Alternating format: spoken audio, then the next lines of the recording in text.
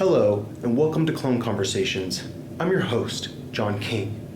We are live from the artist formerly known as VNOC 7's art studio in beautiful Colorado Springs, Colorado, with two of the most polarizing figures on the planet. First, let me introduce presidential candidate and artist formerly known as VNOC 7, John Alexander. Also with us today is a clone of John Alexander who was raised in the Texas Hill Country, and he's also, you're running for president, right? Yeah, he's running for president. Please welcome John Zandar. Okay, so my first question is for the artist formerly known as VNOC 7. Who formerly knew you back when you were VNOC 7 and you weren't the artist formerly known as VNOC 7? Okay, is that how this interview is going to be? I invite you to my house. I show you my dog with 3 titties. You insult me. You question my formerly known status. I can't explain why I'm the artist formerly known as the artist formerly. Well, actually, I'm actually known. Okay, so I was the artist formerly known as VNOC 7, but I didn't realize that no one knew me when I was VNOC 7, so I wasn't actually the artist formerly known as VNOC 7. So what I did was I became the artist formerly known as VNOC 7 because I didn't want to be the artist formerly known as VNOC 7 because that's too long of a name. And then now I think I am the artist formerly known as VNOC 7, and I can't use that name in any titles because it's just too long. So I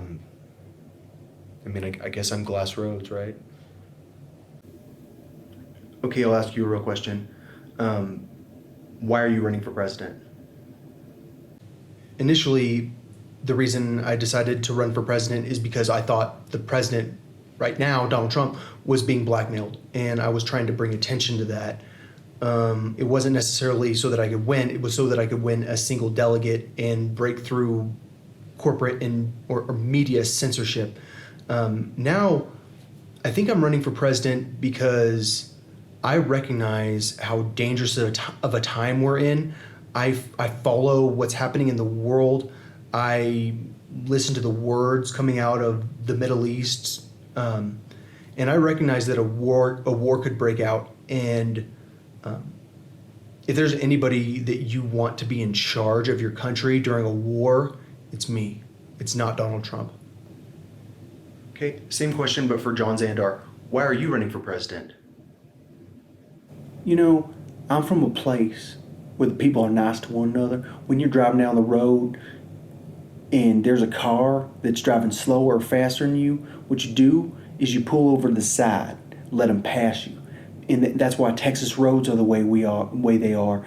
And, you know, I'm from a place where people don't call each other morbidly obese when they're in the middle of a negotiation with them. It's like everyone in Washington, D.C. is real mean. So when I'm running for president, it's not because I want to, it's because I feel like I have to. Because we got a bunch of crazy ass, mean ass sons of bitches that are in charge of our country, and it's led to the point that we got Brett Kavanaugh, a freaking alleged serial rapist in the Supreme Court, and people think that's okay. So maybe that's why I'm running for president, but the real reason I'm running for president is because I'm a real man. I ain't no sissy, and I understand we're in a dangerous ass situation right now. We got Iran, we got the Middle East, we got Asia, we got some serious problems in the South China Sea. No one understands that shit. You know who understands it? Me. You know who you don't want to mess with of anyone that's running for president? Me. You know who will kill you? It's me. So, why am I running for president? Because there is no one that will kill our enemies like me, but hopefully I won't have to kill people because they won't want to fight me. Well, let's just do a quick reality check for John Alexander, at least. I'm sure John Zandar stands a chance. You have a pretty weak resume. You haven't really worked in any high-level positions. You've never managed more than, 2 people. You haven't had a steady job for years. You have a history of mental instability.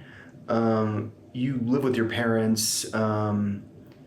So why are you qualified to be president? In my opinion, there are 3 qualifications that are the most important qualifications that we can have in a president right now. Number one, they understand what's going on. Like, if the intelligence community gives them information, they'll understand it because they understand the world. Number two, the president should not be a scared person. They should be brave. They should be tough. They should be a strong person. They shouldn't break under pressure. They should have gone through hell and made it, like I have. And number three, the president should have the interest of his country over every other country.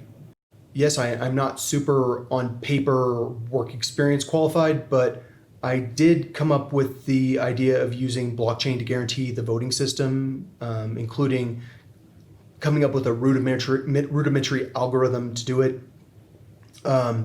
I have developed a memory forensics computer program, which means I kind of did some project management in doing that. I mean, writing a very large computer program is a big project, and I really don't think most people understand that, because most people can't even read the introduction to the book that I wrote the program based on. I wrote that program. I speak multiple languages. I have a very international background. I've lived in other countries. I think probably my best qualification is that I'm not corrupt. And it sure seems like Washington, D.C. is full of people that think they own Washington, D.C. because they have rented a place there because they got elected to government. And voters don't even know who they're voting for. They don't know these people, but the people that are in charge have decided, hey, the government's purpose is to further my interests instead of the government's purpose is to protect the Constitution. And so like, what's another reason I'm running for president? It's because I think the people in charge right now have violated the Constitution so explicitly, and then they're all running around slapping each other's asses. You're a good constitutional law professor. The whole time they're not actually following the Constitution. Let's have another reality check real quick. You have been pretty open about how you believe that the only way to save the planet is to kill people. And you went so far as to try to start World War III because you thought that people needed to die.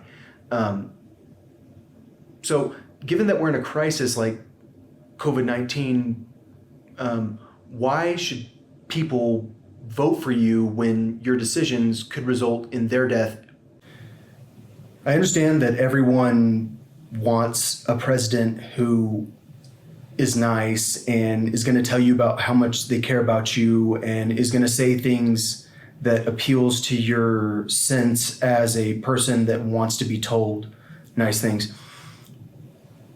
I'm not that person, and so if you don't want to elect me, I don't care.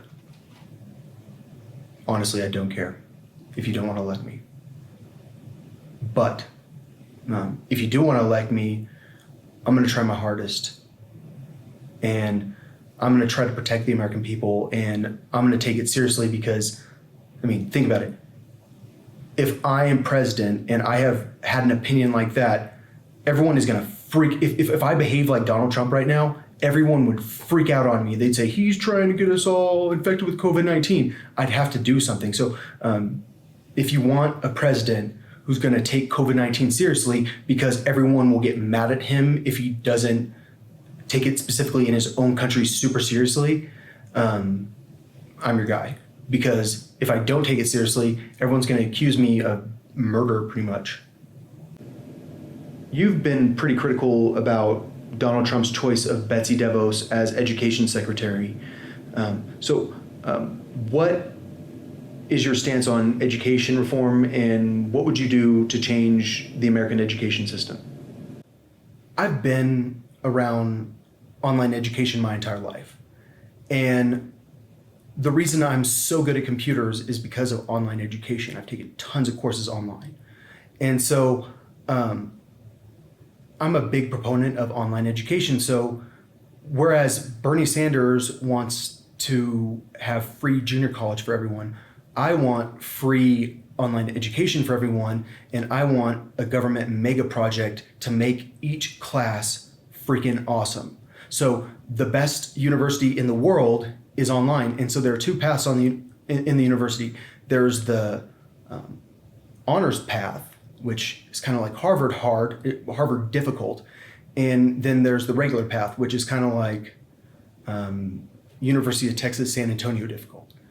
And so this online education college would be free to everyone, but then it would also be really, really, really good, because we would spend so much money getting production quality sets, and we're gonna work with people that know what's interesting to make people's classes more interesting, and we're gonna try to use technology to revolutionize how people learn. So this wouldn't just be keep online education like it is now, which it's actually getting pretty advanced. This project would be about the future of education, because I want to do more than just doing this online college. I also have always wanted to create a program that teaches kids how to read, that's fun, and you could teach them all kinds of things, but really, cornerstone of everyone's education is their ability to read. And if you're a kid in a classroom with 40 freaking students and one teacher, how are you going to learn?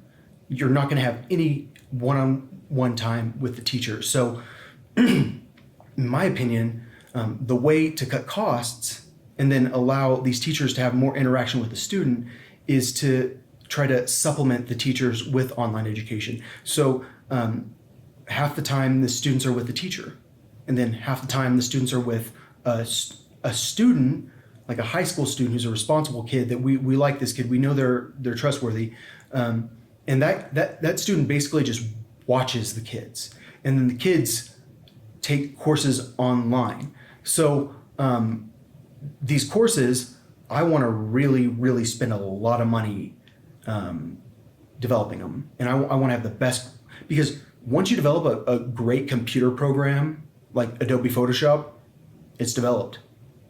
And so once we develop a great math curriculum that's fun, that has games, once we develop a great reading curriculum, it's developed. And so why not spend money efficiently? Why not spend money developing an entire university that only has to be updated sometimes, but that everyone can go to and get a degree from? I mean, we'd have to have testing centers, but really, this could completely change the playing field as far as poor kids and rich kids. Another reality check. It's a well-known fact that when you lived in Egypt, you joined at least one terrorist organization, Hezbollah. And so the question I would like to ask you is, what would it mean to you to be the first terrorist president of the United States? Is that how it is?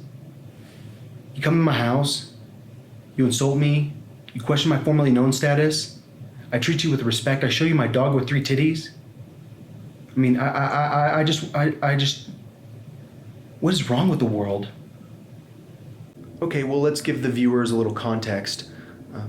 You're a well-known member of the Rainbow family, and the Rainbow family is on the terrorist watch list. And I'm pretty sure that just recently you said that the intelligence community is going to assassinate Donald Trump, or I don't know what you said, or that they already have, but I don't know, I guess you were wrong. So you clearly are a terrorist. And so what would you say to any aspiring terrorists who watch you and think, wow, if only I do a really good job as being a terrorist, maybe I could be like him someday?